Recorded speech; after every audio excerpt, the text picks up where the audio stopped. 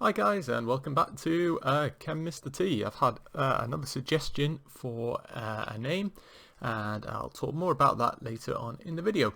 And you can then have a little comment, say what you prefer, either Chem-MrT or this new suggestion, and let me know, and we'll crowdsource a decision on that. But today what we're looking at the electrolysis of aqueous solutions, and what we're going to be learning about are what products are formed when we do electrolysis on an aqueous solution. We're going to have a look at how these products are dependent upon relative reactivity, or the reactivity of the things that make up the aqueous solution compared to each other, and how we can predict the products of electrolysis in an aqueous solution. So before we go any further, if you've not already done so, please hit the subscribe button down below and like the video as well. That'd be really great for me. And if you've got any comments or any questions, please leave them in the box down below as well. So the lesson: aqueous solutions. Aqueous means that something is dissolved in water. So anything that's dissolved in water is an aqueous solution. So for example, Coca-Cola is an aqueous solution because it's things that are dissolved in Coca-Cola. Dissolved in water, like the cola flavouring, acids and things like that. When an ionic compound, such as sodium chloride, dissolves into water, it separates into the ions that it's made from. So for sodium chloride, it separates into sodium and chlorine. For copper sulfate, it separates into copper and the sulfate parts. Okay, and here's the example: sodium chloride, NaCl, normal table salt. It splits into Na, sodium, which gets a positive charge because it's a group 1 metal. It gives up its electron and becomes positive, and separates into the chloride ion as well, Cl-. The chlorine's got 7 electrons in its outer shell, so it wants to gain 1 more. It takes that from the sodium gives its electron to the chlorine, this is topic 2, and we make sodium plus and chloride minus. Some of the water though will also ionize into H plus and OH minus. Not a lot, but a little bit. So we'll make our hydrogen ions, and our OH is our hydroxide ion. So we'll make some of those. And these ions, all the ions, the Na, the Cl, say Na plus, the Cl minus, the H plus and the OH minus, can carry an electric current.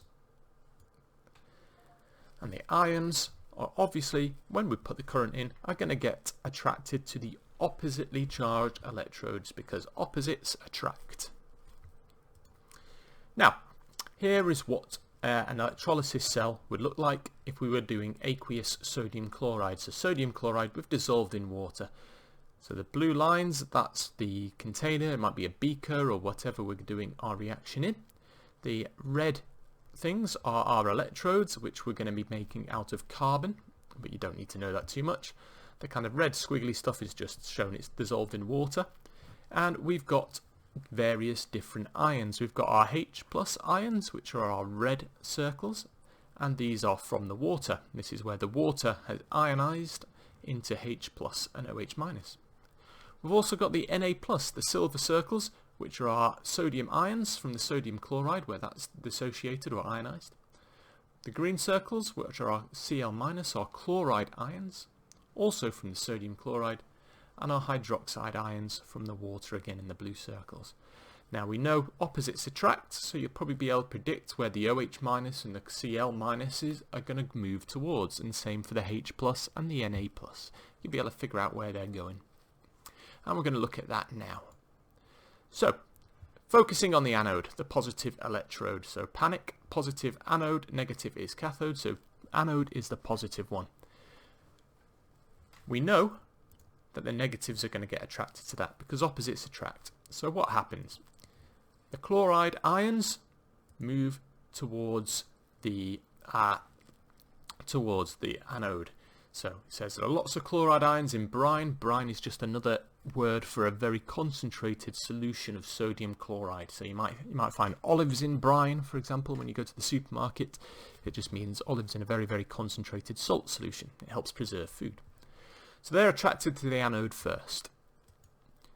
When they get there, they lose their electrons. So these two chloride ions are going to lose their extra electron, going to give it up, and they're going to become chlorine gas. And we've got a little half equation here. So we've got our 2 chloride ions, 2 Cl minus, forms 1 chlorine, or Cl2, plus 2 electrons. And if we think of oil rig, oxidation is loss of electrons, it's losing the electrons, so it's being oxidized. So there we go, chlorine gas bubbles out, and we've got 2 electrons which are now in the anode, and they will flow around the wire and down into the cathode.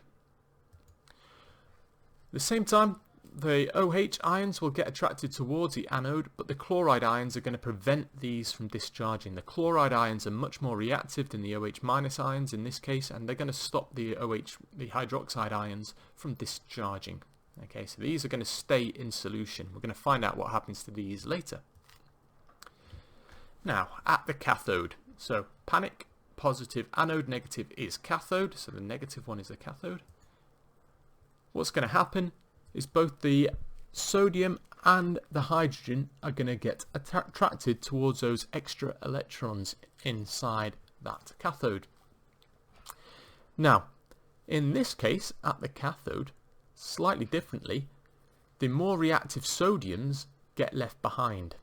The more reactive sodiums, they want to be attracted to, bonded to something, so they get left behind, and it's the hydrogen that gets discharged.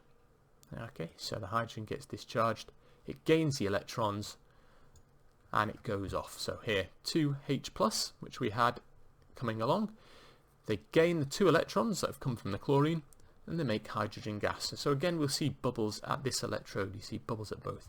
The sodium ions get left behind in the solution, along with the OH ions. Okay, so chloride ions go to the anode, form chlorine gas. The electrons go to the cathode. The hydrogen ions go to the cathode, gain those electrons, form hydrogen gas, and we are left with sodium and hydroxide ions, and they're going to form a sodium hydroxide solution. Sodium hydroxide, which you should know, is an alkali. Okay, so the products of electrolysis of sodium chloride, aqueous sodium chloride, are hydrogen gas, which is useful in things like hydrogen fuel cells. It's also useful in hydrogenating fats, so you might have heard of hydrogenated fats, things like margarine making. We get chlorine gas as well, which can be used in bleach, it can be used in paper manufacturing, it's got loads and loads of uses. And we also make sodium hydroxide solution, and that is also really useful. That's used in things like drain cleaners, it's used in a variety of chemical reactions, a very, very useful chemical. In fact, in Norway as well, they also make something called lutefisk, which essentially is they get some sodium hydroxide, they soak the fish in it, this sodium hydroxide solution, and it preserves the fish. I've not tried it. Maybe someone who's watching this has been brave enough to try it and can tell us what it tastes like. But it kind of looks like it's jelly. It turns the fish into something that looks a little bit like jelly. Very strange. Now, other aqueous solutions don't necessarily form the same things. Okay. Now, if the salt is a halide, so that halide means it contains chloride, fluoride, bromide, or iodide. So you'll see that in the name of the salt. For example, sodium chloride is a halide, because it contains chloride. If the salt contains a halide, if it's for example, it's maybe lithium bromide, again it's a halide. We're always going to make that halogen at the positive anode. So if it's a chloride, we'll make chlorine, fluoride, fluorine, bromide, bromine, iodide, iodine. Very, very simple. You just swap the D for an N, substitute it out. So that will always be the case if the salt is a halide. If it doesn't contain a halide, then instead the hydroxide ions, they will discharge and they will make water and oxygen, and that will be our product. And we're going to have a look at an example of that in a minute. And also, if the metal in the salt, so for example, we looked at sodium chloride, we know sodium is very reactive, but if the metal in the salt is less reactive than hydrogen, and here you will need your reactivity series, then the metal will form on the negative cathode instead of the hydrogens. The metal will plate the negative cathode, and you've probably done this in science. You've done the electrolysis of copper sulfate or copper chloride, you'll have stuck the electrodes into the solution, and you'll have noticed a brown solid being formed on the cathode, and that is our copper. And we'll have a look at the electrolysis of copper sulfate now. So it's going to dissolve to form copper 2+ and SO4 or sulfate 2- ions, and we will notice that there is no halide. Instead we've got a sulfate, and copper, we should know in our reactivity series, is quite unreactive, so it is less reactive than hydrogen. So that means copper will be formed at the cathode. Hydrogen will stay in solution. It also doesn't contain a halide, as I've just said, so oxygen and water are going to get formed at the anode, and we'll have a little look at that now. The sulfate ions, they stay in solution, they react with or join with the hydrogen ions essentially and form sulfuric acid. So, in our electrolysis cell of aqueous copper sulfate, we've got again our hydrogen from our water, we've got our hydroxide ions from our water, but now we've got our copper ions from our copper sulfate, which are orange, and we've got our sulfate ions from the copper sulfate, which I've made blue here. And the same thing is going to happen in our previous one. The copper is going to go to the negative cathode.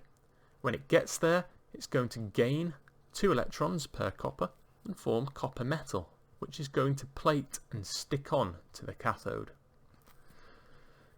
The sulfate ions are going to get drawn towards the anode, but nothing's going to happen. Instead, the hydroxide ions are essentially going to fight the sulfate ions off to get to the anode and to deliver their electrons into the anode to form water and oxygen. And we'll have a little look at some of those things now. So there you go, copper's gone to the cathode, they gain 2 electrons and they form copper metal. And the half equation for this reaction is Cu2+ plus 2E- makes copper. Okay, just 1 copper. So the copper is gained electrons, and if we think of oil rig, oxidation is loss, reduction is gain. The copper has been reduced from copper 2+ to copper 0. On the other side, the hydroxide ions get attracted to the anode, and here they give up an electron. They each give up that electron, that minus charge, which is going to go and flow round, and they react to form oxygen and water. And the half equation for this one, I'm sorry, this should all be on one line, is 4OH- makes 1 oxygen plus 2 waters plus 4 electrons, and those 4 electrons are obviously going to go whizzing round and supply these 2 coppers. Okay, you might want to watch this bit again just to make sure you've got the notes and you're kind of getting the understanding. If you've got any questions about it, please leave it down in the comments below. Now, predicting the products of electrolysis of aqueous solutions. Now, we should be able to do this. This is fairly easy actually. It sounds more difficult than it is. So we need to be able to predict the products of any salt, because in the exam you could be given any salt and I can't possibly teach you all of the different salts that you could be taught, because there's essentially an infinite variety. 2 steps really. Look to see if it contains a halide. So fluoride, bromide, chloride, iodide. If it ends with IDE, it contains a halide. If it does, we're going to make that halogen at the anode. So if it contains chloride, we're going to make chlorine. If it doesn't contain a halide, we're going to make oxygen and water instead. Step 1. Really easy that, isn't it, really? So you've just got to look to see if it contains something that ends with IDE. If it does, it's going to make that halogen. If it doesn't, we're going to make oxygen and water instead. Very, very easy. The next step, you need to check the reactivity of the metal and compare it to the reactivity of hydrogen. If it's more reactive than hydrogen, we're going to produce hydrogen gas at the cathode. If it's less reactive than hydrogen, we're going to produce the metal at the cathode instead. The example with sodium is more reactive than hydrogen, so we made hydrogen gas. Copper is less reactive than hydrogen, so we made copper at the cathode. Again, really, really easy. You've just got to be able to look at the salts, break them down and say, that's the metal, that's the other part of the salt, and then work out which, if it contains a halide, and if the metal is less or more reactive than hydrogen. Very, very simple. So, quick summary time now. What we've learnt The products of electrolysis of aqueous solutions are dependent on the reactivity of the metal and the presence of halides or not in the salt. Okay, so the reactivity compared to hydrogen. If we've got halides, we're going to make halogens at the anode. No halides, we're going to make oxygen and water at the anode. If we have a reactive metal, we make hydrogen at the cathode. If we have an unreactive metal, we make that metal at the cathode. And half equations show the change of the ions into the uncharged species. So the ions are a charged atom or a charged group of atoms, and an atom or the uncharged species is without the charge. So the example there was copper 2+ gains 2 electrons to make copper. Okay, I hope you found this video useful. Please, if you have not done so already, hit the subscribe button, and please remember to like this video. If you've got any questions, please do ask them. Don't just sit there hoping it will click in. Please ask them, because it may be something that you've misunderstood somewhere, or something that I could explain a little bit better for you personally, so I'm happy to help. Anyway, take care guys. I hope to see you soon in future videos. Look after yourselves and keep studying chemistry.